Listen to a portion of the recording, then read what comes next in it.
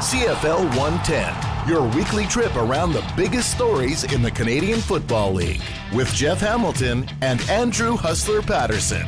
Presented by Garage Living Winnipeg. What's going on, CFL fans? Welcome to our Week 2 edition of CFL 110 here on the Winnipeg Sports Talk channel. Andrew Paterson, Jeff Hamilton of the Winnipeg Free Press. We're going to take a look back at Week 1 of the Canadian Football League, hit the big stories around the league heading into Week 2, and then figure out what's going to happen in the games beginning on Thursday with the Bomber home opener and the rest of the action in the second week of action in the Canadian Football League. Great to have you all with us. Huge thanks to our partners at Coolbet Canada. If you haven't played at Coolbet, great CFL lines up right now. We'll make our picks later on today on the program, but use the promo code WST over at Coolbet for a 100% bonus on your first deposit up to $200. And check out the promotions as well. Some great promos going on right now, including a golfing trip to Cabot, if you can believe that. It's all up in the promos. Let's get to it. We've got some games to talk about and a big week of action coming in. Jeff Hamilton from the Winnipeg Free Press joins us now. Hammer, fun first week in the Canadian Football League. Great to have the game back, although fans here in Winnipeg waiting to finally get out to Princess Auto Stadium to see their team get into the mix with their first game of the season. What's going on? Yeah, Huss, great to be back. Great to chop up this week 1 and look forward to week 2. I'll be honest with you, not much of a smoker, Huss, but I thought about lighting up a cigarette after this weekend's of games. I mean, particularly to mend my ego and my betting picks. We'll get into that later, but certainly an exciting weekend of games. We got to see the first impressions. I will make this comment right now. You cannot read too much into week 1 results. We were very clear about that last week. It's always a crapshoot in every professional league, particularly in the 3-down game. No different this year, but certainly some exciting games, and I can't wait to break this one down. I'm looking forward to the show. Well, let's start it off with the games that happened in week number 1, and the curtain jerker, if you will, was between the Saskatchewan Roughriders and the Ottawa Redblacks, and this was a game that, I mean, listen, a great TV game to start off. A 31-26 win for the Saskatchewan Roughriders. Ottawa coming up just short on the road. But the big question coming out of this game, Jeff, is, the future of AJ Ouellette. Left early on, did not return. This continues a concerning pattern of injuries for a guy that was thought to be a real core of that Rider offense. And now again this season early on, combined with the offensive line injuries I had. I mean, credit where credit is due to the Riders for getting the job done and getting the win, but they're dealing with a lot right now this early in the season. Yeah, totally. I mean, even outside of AJ Ouellette, Roland Milligan left, couldn't return. Their left tackle left, couldn't return. Keon Schaefer-Baker, arguably one of, if not their best receiver, left and couldn't return. But focusing on AJ Ouellette, Huss, this is a guy that's had an interesting run here in Regina. And, as a guy who kind of came onto the map in 2022 as part of that two-headed monster in Toronto with Andrew Harris, of course, helped them win the Grey Cup that year, had his breakout season, if you will, in 2023, still was a bit of a committee, but took on the lion's share of the running responsibilities, especially after Andrew Harris got injured and had his first 1,000-yard season. I bring up his history to come kind of to the present here. Comes into Regina last year with this big reputation as Thor, right? You remember the TSN interview they did with this guy? He had the Thor hammer. He had the long blonde hair dyed. It was like a new era for Saskatchewan. And what we saw, I mean, some good flashes throughout that year, but was limited to less than half the season, right? So here you go. Kind of gets better as the season goes on. Late last year, the expectation is he'll come into this year ready to go, be that durable back, even dropped like what we're led to believe, like 25 pounds. He's supposed to be shredded. It's supposed to add to his speed. He doesn't even get through the first quarter, Huss. I mean, it's a suspected concussion here.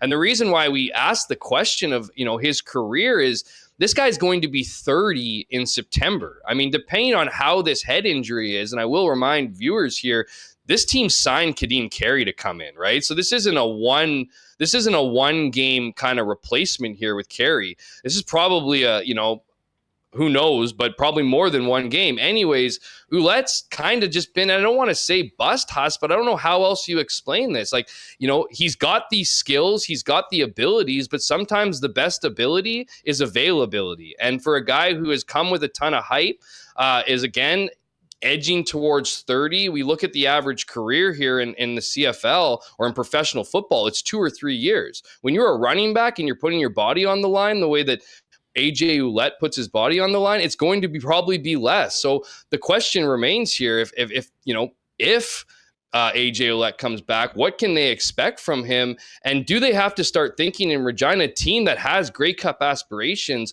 maybe looking a different direction in their running back department? Yeah, well, I mean, listen, in the short term, they're going to have to do that right now. And obviously getting some insurance the way they did, probably a good move, just to safeguard that position. They did have a pretty strong game from Thomas Bertrand Houdon, Absolutely. who had 57 yards on 14 carries. But you look at this game, I have to say, Trevor Harris once again showing that he can get the job done. Barry Workman, 19 of 26 for 277, 2 TDs and a pick. But in a losing cause, Drew Brown once again airing it out, 34 of 41, 413 yards, 2 TDs, no picks, and monster games for Hardy and Addison.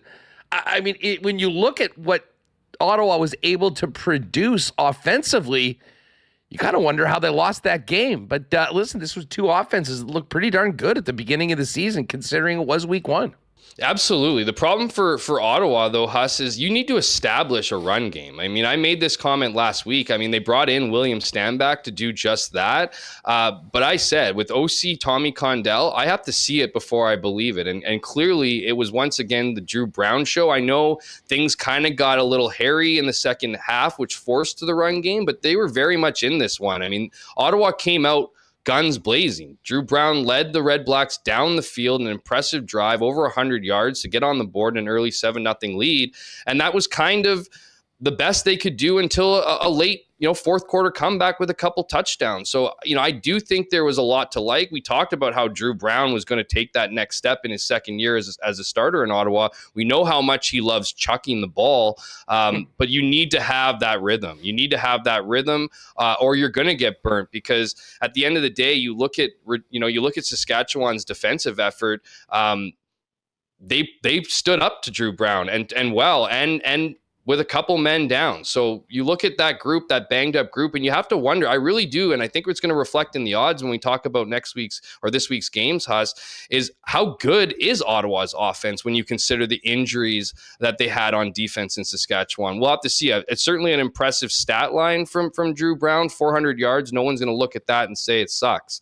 But at the end of the day, what matters here is wins and losses, and Ottawa unfortunately starts, despite a great effort from Drew Brown in the offense, 0-1 to start this year. Well, speaking of defense, we move on to the highly anticipated matchup between the Argos and the Montreal Alouettes. And this was the game where we were on the right side. And listen, this was a statement game, I thought, from Montreal, that they are coming out of the gate ready to go, planting their flag in their minds as the team to beat. Now, listen, there was no Chad Kelly. And we can talk about what Davis Alexander did and the way the offense looked. I kind of like starting with this defensive performance because while it might not get the headlines, man, did they look good. And a tougher day at the office for Nick Arbuckle than the last time we saw him on a CFL field. Yeah, I mean, you look at, I think that's the perfect place to start. And I'll express, or I'll make the argument about the defense, how impressive the defense was for Montreal, Huss, by looking at the stat line with Davis Alexander.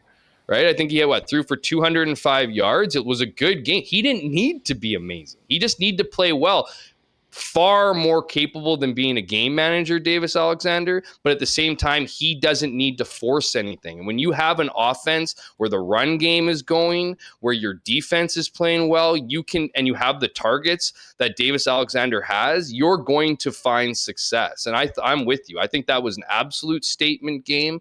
It was a team that was clearly bitter from how last year ended and how well they did, and then puttered out in the playoffs. that was a statement to me. And I mean, to your point, obviously Toronto is not the same team without Chad Kelly. I mean, that offense to me under Nick Arbuckle, to your point about the Nick Arbuckle we saw, the Grey Cup MVP Nick Arbuckle we saw last November compared to this past week is night and day. And I mean, the thing about Chad Kelly, Huss, is that what you get from him is kind of like a centerman in hockey. He's expected to make everybody around him better. So the new backfield, some of the new weapons, even bringing out guys like Devarius Daniels and Devontae Coxey, who's an awesome player. Their games get elevated when Chad Kelly is in the lineup, when he's moving out of the pocket, when he's making plays on the fly, and you just don't get that with Nick Arbuckle. And that really was, I felt, the undoing. But that's no disrespect to Montreal, obviously. Again, a solid effort, and I'm looking forward to seeing what the rest of their year looks like. And I think our ranking of them atop that power rankings is looking pretty good right now. Well, and one thing I should mention is the running game for Montreal. I mean, this was for CFL standards a pretty quiet passing night. I mean, Davis Alexander took care of the football, had the one turnover. Mm-hmm. Was 19 of 26 for 205. And you look at the receiving numbers. I mean, Austin Mack was the leading receiver for Montreal with only 51 yards. They spread it out. Everyone got a few touches, but nothing huge. And then you look at the rushing game. When you consider the moves that they made in training camp, Sean Thomas Erlington comes in 86 yards on 17 carries. And while Davis Alexander's passing numbers were relatively pedestrian, 4 rushes for 50 yards added to the total as well. Just a really well-balanced all-around performance by Montreal in week 1.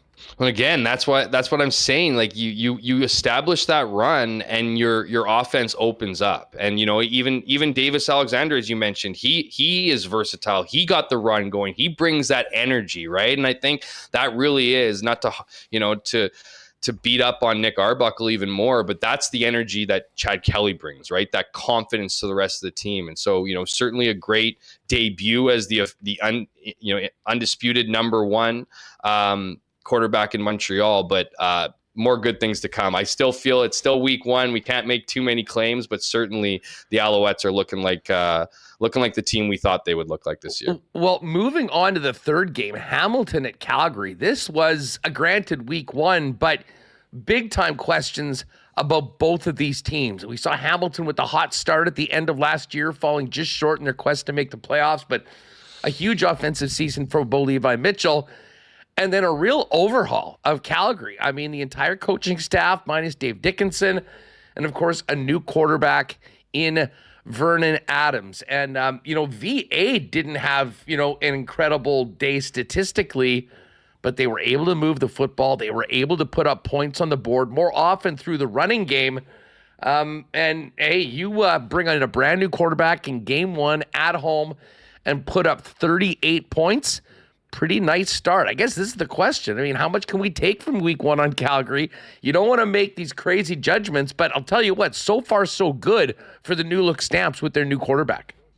Nobody needed this victory in week 1 more than the Calgary Stampeders. And especially when you consider it was the Hamilton Tiger Cats coming into town, led by former Stampeder great Bo Levi Mitchell, coming off an East Division MOP caliber season.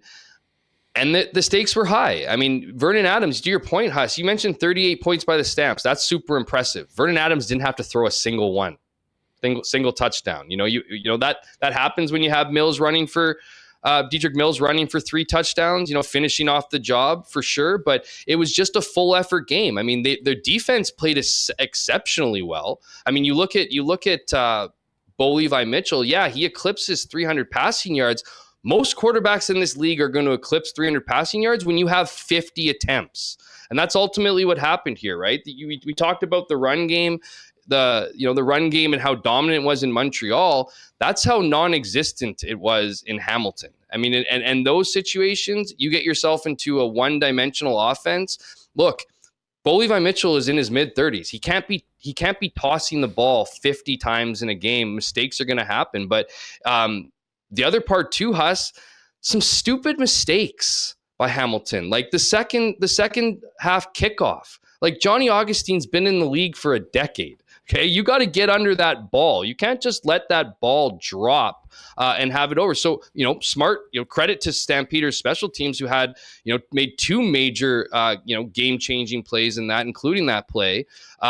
It was just a complete effort, right? And for a team, we talked about this all last week, and we both had the Hamilton Tiger Cats to win this game, at the same time believing that the Stampeders were going to take steps. But when you considered all the changes, right, including Vernon Adams at quarterback, the changes in the coaching staff, the changes in all three phases, I thought the Calgary Stampeders were going to have the most growing pains. What is very disappointing, and it's got to be troublesome, and again, not making too many definitive claims after week one, but this has to be an issue for Ticats fans watching an offense who was the best in the league last year, who has the same, for the most part, personnel, a beefed up O-line. They went out and paid Liam Dobson a lot of money to come from the Bombers over here. They went and they paid Kenny Lawler even more money to come over from the Bombers and add to their attack, and that was the result. That's got to be disappointing as a first week. And, we talked about this, Huss, the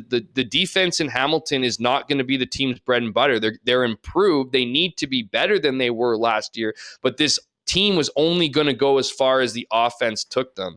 And right now, that offense is coming out of the gate extremely slow. And that is problematic for a team that has, has high aspirations to win the Cup this year after having the longest Grey Cup drought in the league right now. Now, for me, the most intriguing game of the weekend, I mean, there was a few. Obviously, the Montreal-Toronto was something that we were really much looking forward to, but the quarterback matchup in the finale between the Elks and the BC Lions, all-Canadian matchup, Nathan Rourke, Trey Ford, both with lots to prove this year.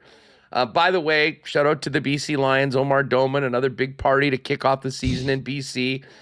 Snoop Dogg there rocking the house with 50K or whatever. Nice to see maybe more of those fans stick around and see the rest of the game. But listen, credit where credit is due. They're working hard.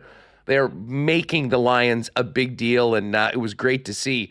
It was also great for BC fans to see a Nathan Rourke that looked a lot like the guy that tore the league apart early on in his CFL career, as opposed to the one that struggled last year. And as far as Trey Ford goes, as I've said before on this program, Jeff, he's a guy that is very capable of ending up on the highlight reel. We're not sure if he's capable of consistently winning games in the Canadian Football League, and I think we saw some of that on Saturday night. What a cool thing it was to see two Canadian born quarterbacks duel it out in week one of the Canadian Football League, but they couldn't have performed much differently, Haas. I mean, the expectations on Nathan Rourke were high, and I felt he exceeded them. If Javon Catoy does not drop a ball in the end zone, essentially, he's got 4 touchdowns to go with his evening. So right back to 2022, we talked about this last week, the importance of starting with a team, working with an offense right from training camp, having, we all know the situation and the circumstances that Rourke came into BC last year. It was very much Vernon Adams' team. A lot of players, had great respect for Vernon Adams and not disrespect for Nathan Rourke, but still felt that it was Adams' team despite Nathan Rourke getting the controls of the offense. Well, that drama is gone. It's flushed. This is Nathan Rourke's team. That was a statement by Nathan Rourke in this game. The effectiveness, particularly obviously in the second half as this team trailed 7-3 at halftime. It was just such an impressive style from Nathan Rourke. We saw him use his arm and his feet. We saw him escape would-be tacklers and extend plays, move the ball downfield. We talked, about some of the additional weapons. Berryhill, 10 targets, 6 catches, 105 yards, 2 touchdowns. That's the kind of performance that the playmakers around Nathan Rourke that this team needed. So looking over on the other side, though, Trey Ford is exactly what we were talking about last week. I hate to keep giving ourselves a pat on the back here, but Trey Ford didn't look ready. Like, he didn't look confident. He didn't look like somebody who could handle the everyday pressures of a CFL quarterback. And the thing I feel summed him up was he makes the tough plays look easy and the easy plays look extremely tough. And that's the issue with Trey Ford right now is you can watch some of the amazing plays that he makes with his legs, extends time, and then beats out 5 or 6 people and then throws a dart downfield. But it's these easy hook passes, small routes that he's either throwing over the heads of receivers. It just is not on the same page. And so, again, going to make that statement that you cannot look at this game and make some kind of clear assessment on Trey Ford and what he's going to be like the rest of the season. He's got to continue to grow with this. He's got the growing pains, but it's not an early sign. And the last thing I'll say about him, Huss, is in his post-game comments, I felt like he was asked 3 times about kind of what was challenging for him. And, while you want to hear your quarterback say things like, yeah, that's on me, it falls on me, it starts with me. And he certainly did that to each question. When you talk to quarterbacks, at least in my experience covering this league, they'll often go into what the other team was doing or what they were trying to do and what they couldn't get done. I didn't get those answers from Trey Ford. I'm not suggesting he doesn't know that, but it to me it points to his confidence. The confidence that you need to have in that position. This guy's been in the league now for 4 seasons. This is his first shot. Let's give him more time to figure it out. But that was an early sign of the Edmonton Elks are headed right back to where they have been in previous seasons. At least that was my take. Yeah, lots of work to be done. Elks on the bye in week 2. They'll wait to get back at it the following week. BC, of course, on a short week coming to Winnipeg for the Bombers home opener on Thursday. Standout in the game, Stanley Berryhill, 6 catches, 2 TDs, 105 yards. And you mentioned Katoy. He was 7 of his 9 targets, should have been 8 with the touchdown, still 88 yards. And a real strong game for Nathan Rourke. We'll be talking about Nathan Rourke coming up in just a minute when we get to the games in week 2. But let's go off the field for a minute. And Jeff, before we get to the big stories, obviously we had just done our program last week when the horrible news of the passing of Milt Stiegel's son Chase broke. Just an absolutely heartbreaking story for a guy that is so well respected and frankly loved by Canadian fans from coast to coast. Just a horrible development for Milt Stiegel, and I just thought we'd give our thoughts to the Stiegel family, as really the entire Canadian Football League family's done over the past week. Yeah, I couldn't say much more than that, Huss. Just my heart breaks for Milt Stiegel and his family. I've had the opportunity to cross paths with Milt on several occasions covering this league. There's nobody who smiles more, who cares more, who has more fun than Milt Stiegel. So, to know that he and his family are hurting right now, nothing but love and support, obviously, from us and everyone around the CFL community. Just devastating news. Yeah, especially here in Winnipeg. I mean, we here following the Bombers, really saw Chase grow up right before our eyes. And, Milt coming on our show, so many times. Obviously he's a football analyst, but he absolutely loved the role of father and soccer dad and was so supportive and proud of what Chase had done taking to DePaul. So again, just thoughts to the Stiegel family at such a horrible time.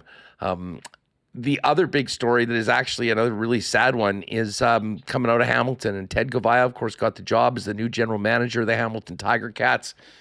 And it was announced just a couple days ago that he's been diagnosed with a serious form of cancer that has spread, and did not want to make any announcements till the final cuts were made of the Hamilton Tiger Cats. Still, I guess, plans on being very active, but this is bigger than football, Jeff, and certainly people thinking about Ted and wishing him well right now.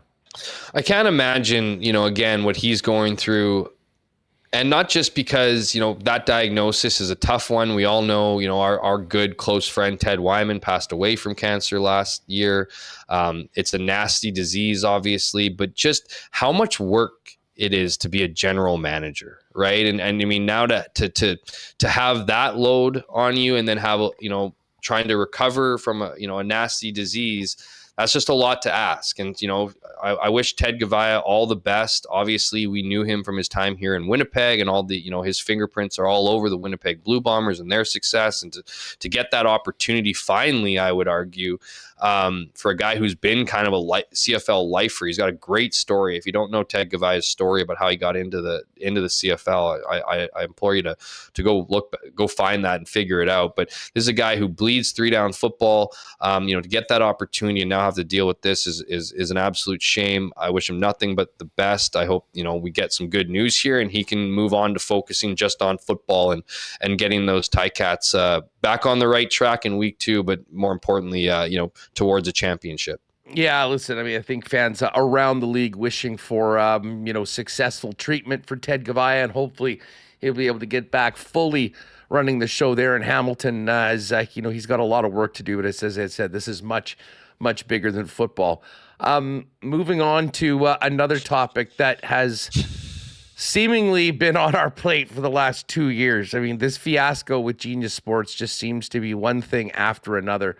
But with a brand new commissioner, Stuart Johnson has publicly acknowledged the significant and frustrating technical issues plaguing the league's websites, its streaming platform, CFL Plus, statistics.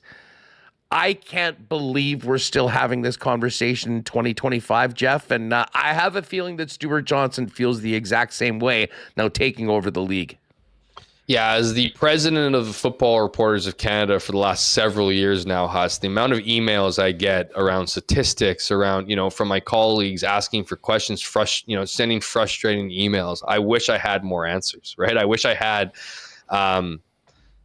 more answers to those obvious questions. I mean, it's great to see Stuart Johnson whether you want to call it stepping up or just making the obvious comment, just acknowledging that this isn't good enough for professional sports, that the bar should be much higher in the CFL. And, at the same time of obviously being critical right now, I do want to ease off that a little bit in the sense that the CFL saw a problem that not all preseason games were aired. And to be honest with you, the NFL doesn't air every single preseason game, right? It's not well, all the local broadcasts have all the locals. Okay. So, yeah. So I wasn't 100% sure about that, but I ain't getting them all the time and I ain't, whatever. So, and it's the CFL, it will never be the NFL. So the bar is inevitably lower. So they saw an issue. They saw that their broadcaster wasn't airing every single game. And so they tried to bring in a solution. So you got to give them credit for even bringing in CFL Plus. The problem is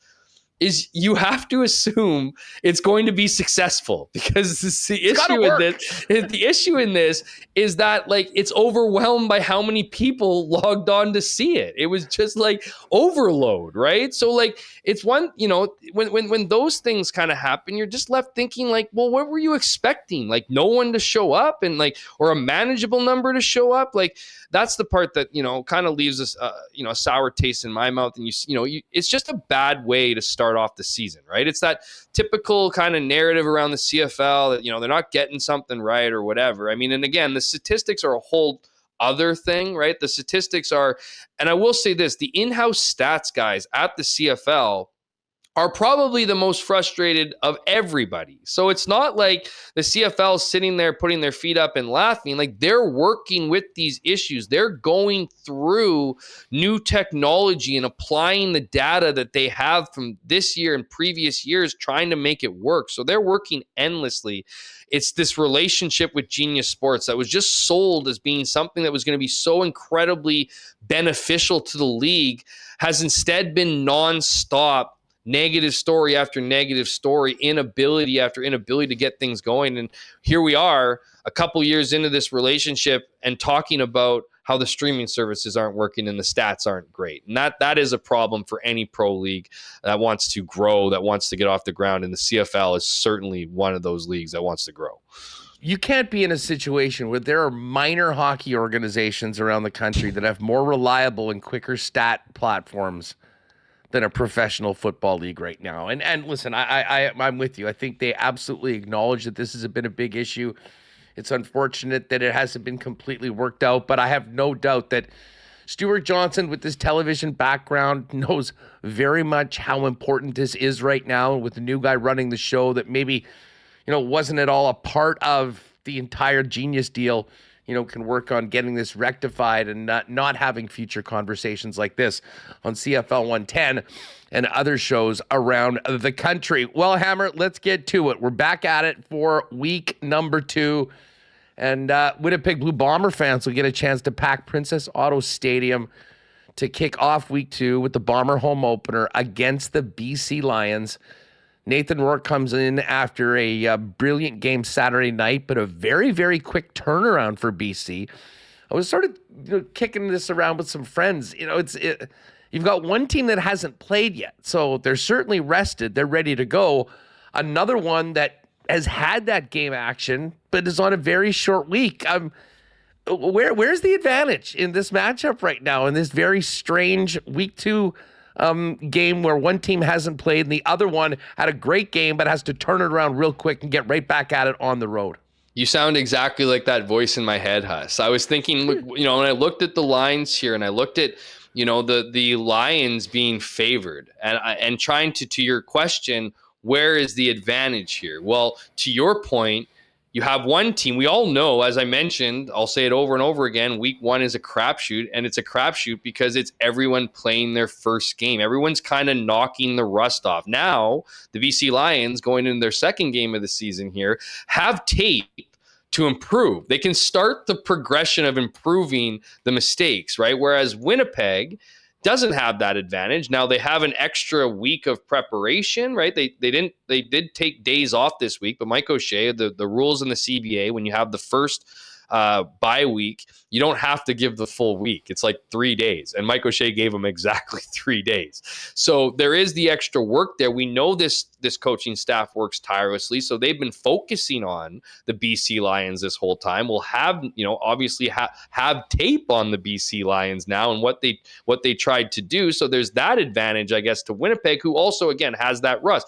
Here's the thing for me, though, Huss, the obvious one, and probably should be the first thing mentioned, it's Nathan Rourke versus Chris Streveler, right? There is no Zach Collaros in week 2. Zach Collaros is serving his 1-game suspension for not answering drug testers over the summer, and he'll be sitting that game out. So it will be Nathan Rourke, who we saw play extremely well in week 1, against Chris Streveler, who hasn't played a game yet this year for an offense that hasn't played a game yet this year. So it really is an interesting battle here.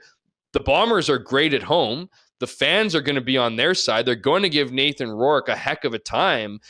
To me, it feels really even, though I tend to lean towards the Lions because we're not seeing number 8 for Winnipeg out there. You're not the only one. And heading over to coolbet.com and checking out the odds. I got back last night, checked it. It was Bombers plus 1.5. As we do the show today on Tuesday, the line is actually moved to 2.5 now. So BC's a 2.5-point road favorite, minus 141 on the money line. Bombers getting plus 115 on the money line.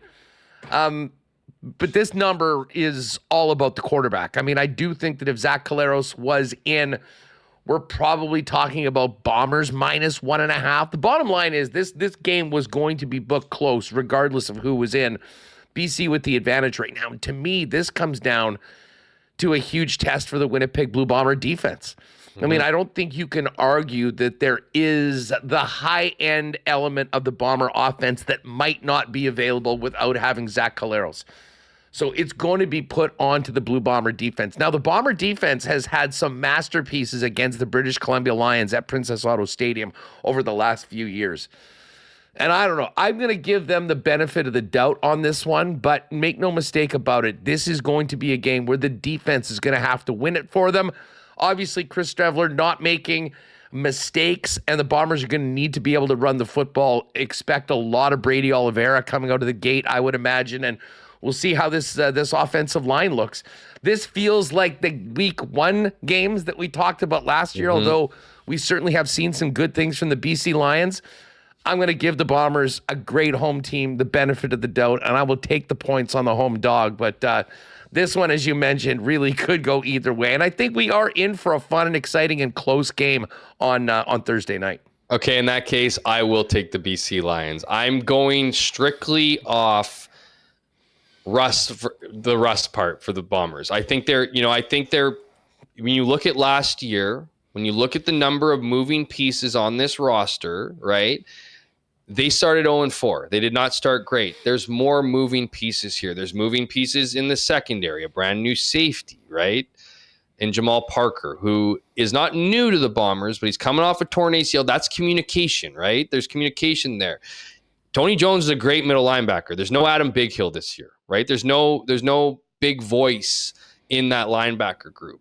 When you look at the defensive line, James Vaughter has been added to bookend Willie Jefferson. Well, that looks like an awesome tandem, but will it get going early on?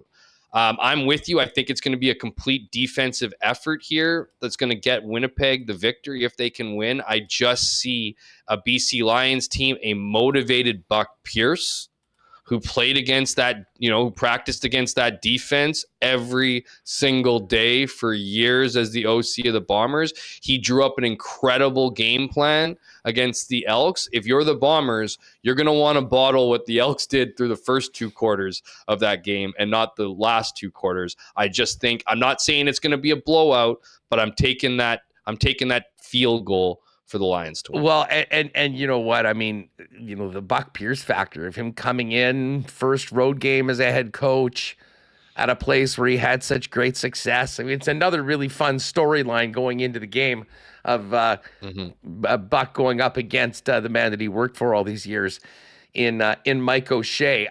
Moving on to game 2, we've got the Alouettes after that very impressive performance at home on the road to take on a team that was great at home last year in the Ottawa Redblacks, who were, taking on one of the top teams in the league and staring 0-2 right in the face if they can't turn it around and be a heck of a lot better than they were in week 1. Ottawa has a stiffer challenge, right? To your point, Huss, they're at home. They were 7-1 last year after losing a lot of games at TD Place. In the prior years before that, they've established that dominance with Drew Brown under center at home. So that's certainly an advantage here. When you look at Montreal, what they were able to do, I'm just looking at that defense. And that's a good special teams and a great offense. We haven't seen the Alouettes offense do what they, haven't seen them hit their ceiling even close. But when you look at the defense and you look at when you look at the Montreal defense and you look at the lack of a run game with Ottawa, I think Montreal is going to turn Ottawa one-dimensional. And that's going to be a big problem for Ottawa. I see this as a bad timing to have Montreal show up. I think they're going to ruin the home opener in the nation's capital. And I have Montreal to go 2-0 to start this season. Yeah, I have a hard time going against Montreal. I mean, we were very high on them coming into the season. They had a great performance against a really good Argo team, although one that's had a lot of off-season change to it. If you're giving me the Montreal Alouettes against just about anybody in the CFL and getting a point, I'm going to take them. I do think this should be a closer game than the Montreal-Toronto game early on, and obviously Ottawa was in a tight one, maybe one that looked a little closer than it was by what they did at the end. But I'm going to have a tough time going against Montreal as well, giving me Montreal +1 in game number 2. Now, +1. Well, that's the thing. Yeah, money line right now. Money line last night was even money. It's come a little bit more towards Montreal. Montreal's -106. Ottawa's -115. But still a very slight underdog. And Alouettes as an underdog, count me in on that.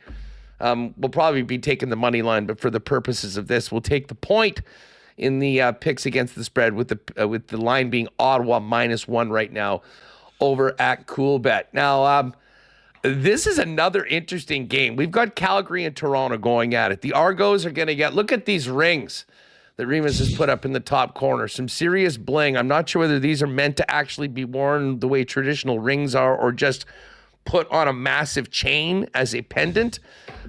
Being said, they're going to get those championship rings, but a lot of guys that were a big part of that championship team aren't there. Although the one guy that, obviously wasn't able to play in the Grey Cup, quarterback Chad Kelly, looks to return to the lineup. And of course, you got Vernon Adams playing his second game of the year after a very, very nice debut.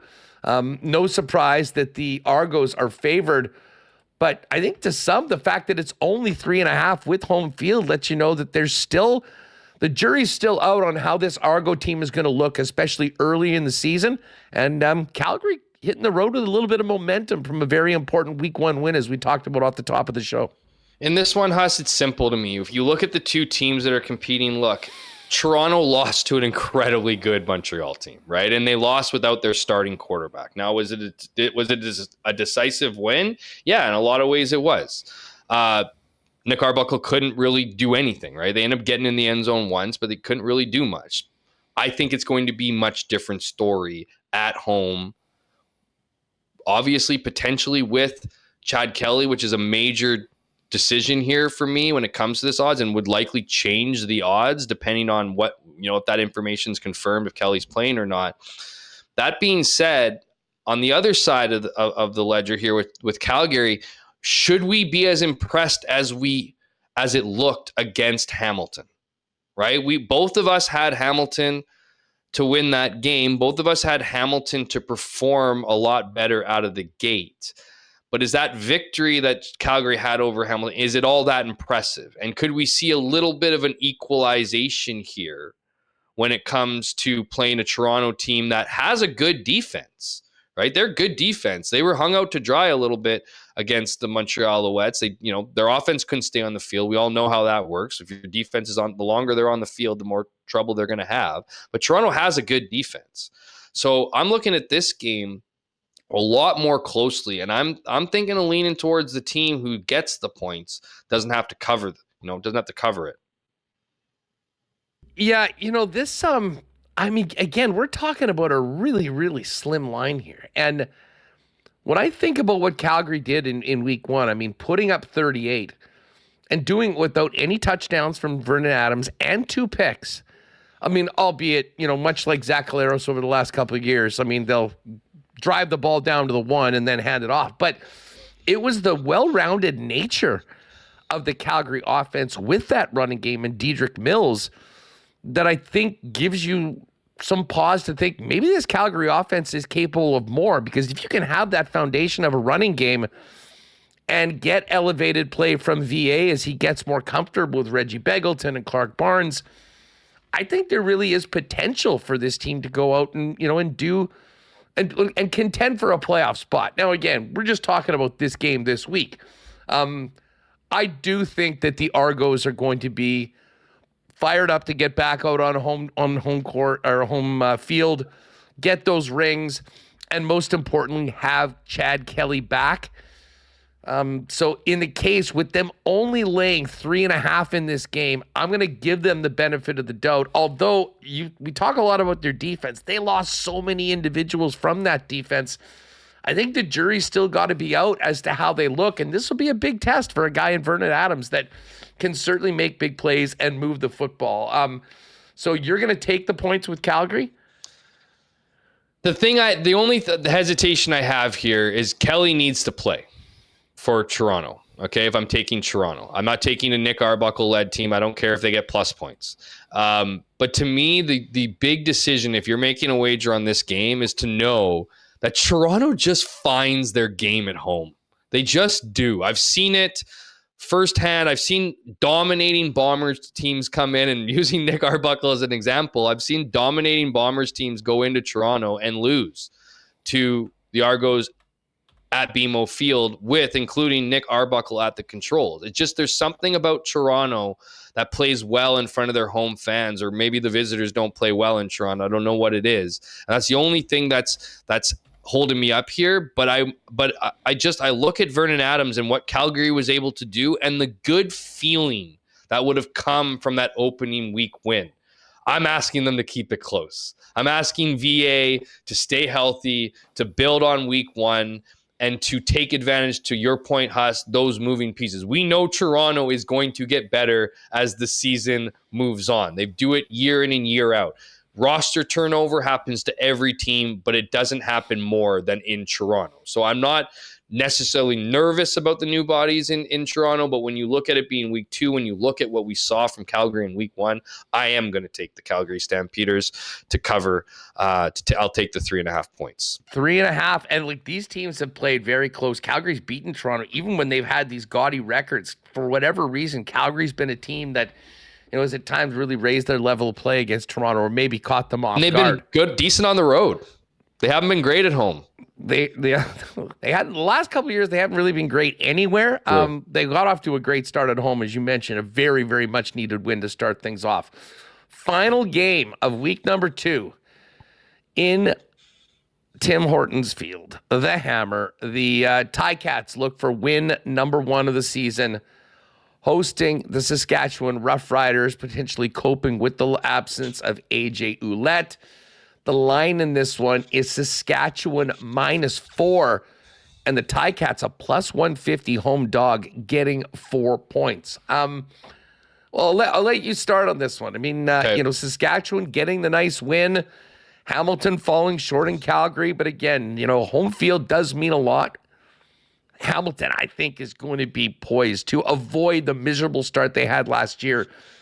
I know it's just week 2, but it feels like a really big game for the Ticats. Yeah, that's where I was going to start off. Like, I don't think, obviously the Hamilton Ticats don't want to start the season 0-2, but I think it's incredibly important that they don't start 0-2. There's other teams I would say, 0-2 starts, okay, that's obviously not a good start, but they can probably bounce back. I don't know after watching week 1 if that feels like the case for Hamilton. They just need to get into a rhythm. They're back at home. This offense needs to get going. I see a Saskatchewan Roughriders team that's beat up, right? We talked about the O-line issues. They had more injuries to that unit. We still don't know what's going on with Roland Milligan, who's a massive piece of that defense, defensive player of the year last year. And then you have, AJ Ouellette, who's out. They brought in Kadeem Carey. I mean, Bertrand Hudon, Thomas Bertrand Hudon played super well. He played super well, and he's played well whenever he's been given the opportunity. I mean, that opportunity has been few and far between, but he's done well. I don't think Kadeem Carey necessarily comes in here and is the lead back. He definitely could be. He obviously has the familiarity with Mark Mueller and Corey Mace, but I see him being the option. I just think that the Ticats are going to want to turn this game into a shootout. And I don't think the Roughriders have the defense to limit it or the attack to take advantage. I'm not saying that they're going to be blank, that the Ticats defense is going to be, juggernauts overnight here. I just really like the 4 points at home. I think what I'm banking on here, Huss, majorly banking on here, is that the team that we saw, the Hamilton team we saw in week 1, is not actually the team that we're going to see for a majority of this season. So I'm taking them at home, taking the points, and banking off believing they're a better team than we saw in week 1, and also believing that the Riders, while playing super well, down several players against the Ottawa Redblacks, won't be able to pull out that same rabbit from their hat on the road in Hamilton. I have to agree with you on this one. In a game like this where I think there's still big time questions about both teams, if you're going to give me a home dog and give me 4 points, I'm going to take that more often than not. I think that's where the smart money is. So I will also take Hamilton +4 in this game. And I think I will be looking at a potential +150 on the money line as well for them to win this football game and avoid going 0-2. So, Hammer, we're both on Hamilton +4. We both like Montreal. We're on opposite sides of these other games. If we were going to put together a little CFL 110 special over in Coolbet, and the combo cards are the exclusives, what do you think about this? We take Montreal. We take Hamilton plus the points. What do you think about the total in this BC-Winnipeg game? 48.5 is the total. To me, at least, I think the Winnipeg Blue Bombers are going to try and grind out the football, keep the football in the hands of Chris Strevler, move the chains on the ground. Lean on Brady Oliveira heavily. And lean on Brady Oliveira. And I do think it could be a field position game. I kind of lean the under on this game if we wanted to throw one in and make it a three gamer. Yeah, I'm with you. I'm right on that same page. The only thing that, and I wouldn't even say makes me nervous, because I do think that the defense in Winnipeg is going to have to be the best unit for the Bombers to win that game. And if that's the case, it's probably going to be an under. I don't expect Chris Streveler to throw the lights out. My concern, if anything, is Nathan Rourke against a defense that while I think is going to be a good unit, again, is playing their first game. But do I think that's enough to get upwards towards 50 points? I don't. And when you look at what occurred last week, the Bombers just need to stop the Lions from doing 4 straight touchdown drives in a row, right? I mean, that was the downfall. The Elks were able to figure it out through the first half. They limited Rourke and the offense to 3 points through the first 2 quarters. So I'm with you on that. I like that. I think the BC Lions defense is improved, and because Chris Streveler is running the controls, I think there's going to be a lot of leaning on the run game. They don't have that big, deep threat in Kenny Lawler anymore. So maybe a lot more dinking and dunking, maybe shorter passes. So I'm with you. I think I think you take our 2 picks and you take the under in Winnipeg and BC, and I think you got a winning ticket right there. All right, I'm going to fire that over to Pat and Jake, and we'll get that up in Coolbet. It'll either be in the combo cards right at the top of the main page or in the exclusives tab on the left under Winnipeg Sports Talk or CFL 110. So BC and Winnipeg under 48.5. I'm going to take Montreal probably just on the money line to win the game. And then we'll tweak the Ticats probably to plus 4.5 and then get a little boost. So we'll throw that up for a CFL 110 weekly special. And you can get that over at coolbet.com.